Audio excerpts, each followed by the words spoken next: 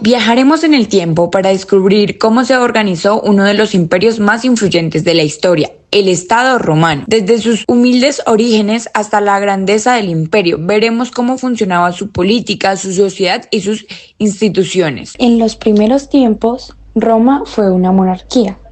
El rey concentraba todo su poder. Era jefe militar, religioso y político, pero no gobernaba solo.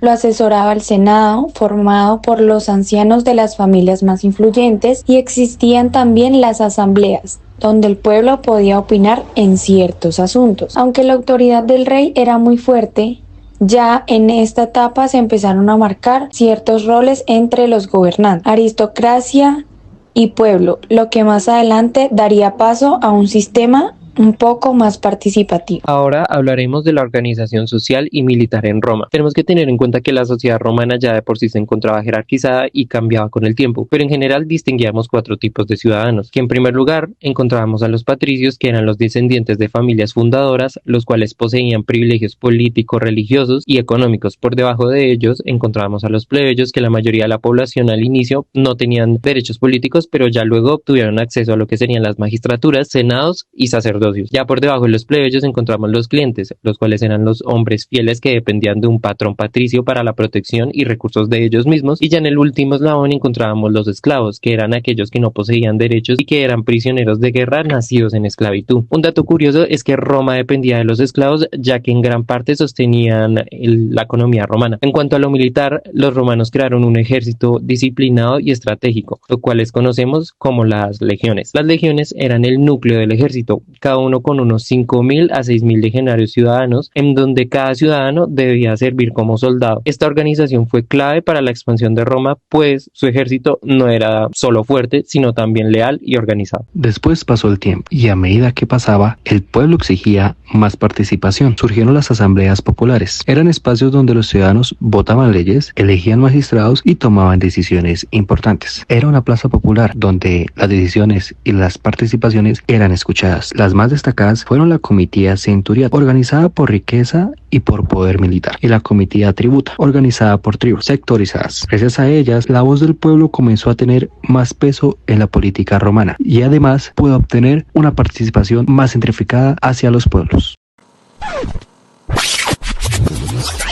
En el año 509 a.C., Roma expulsó a su último rey y estableció la república. Desde entonces, el poder se repartió entre diferentes instituciones, los magistrados, el senado y las asambleas del pueblo. Esta división evitaba la concentración de poder y el regreso de una posible monarquía. Los principales magistrados eran los cónsules, elegidos cada año. Tenía la máxima autoridad tanto en lo militar como en lo civil, dirigiendo a los ejércitos y la administración. Junto a ello actuaban los cuestores, encargados de supervisar los juicios, y más tarde el tesoro público. Con el tiempo, los plebeyos lograron la representación mediante los tribunos de la plebe, cuya función era proteger sus derechos mediante a los patricios. Estos tribunos tenían el poder del veto, es decir, podían anunciar leyes o decisiones que consideraban injustas. También aparecieron otros cargos como los ediles, responsables del orden en la ciudad y de los servicios públicos, y los pretores, que administraban la justicia. Más adelante surgieron otros censores, encargados de registrar ciudadanos, evaluar riquezas y vigilar la moral pública.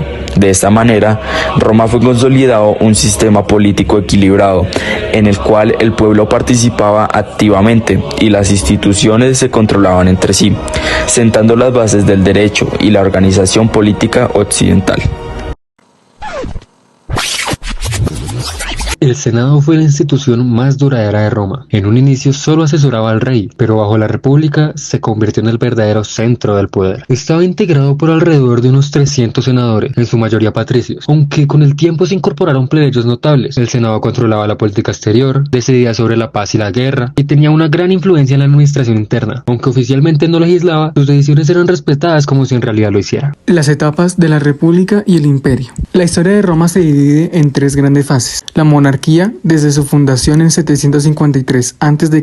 hasta el 509 a.C., cuando Roma era gobernada por reyes. Según la leyenda, Rómulo y Remo fueron los fundadores de la ciudad. Sin embargo, tras la expulsión del último rey, Tarquino el Soberbio, se instauró la República. En la República, que duró casi 500 años, Roma se expandió por todo el Mediterráneo. El sistema político estaba basado en el Senado y los cónsules, pero las tensiones entre patricios y plebeyos llevaron a reformas importantes, como la creación de los tribunos populares. A pesar de las luchas internas, Roma se convirtió en una potencia militar, pero las guerras civiles entre generales como Julio César, Pompeyo y Craso culminaron en la caída de la República. En el 27 a.C., con Octavio, conocido como Augusto, comenzó el Imperio Romano. Esta fase llevó a Roma a su máximo esplendor, un vasto imperio que abarcaba todo el Mediterráneo y más allá. Durante el Imperio Roma alcanzó grandes logros en ingeniería, arquitectura y derecho.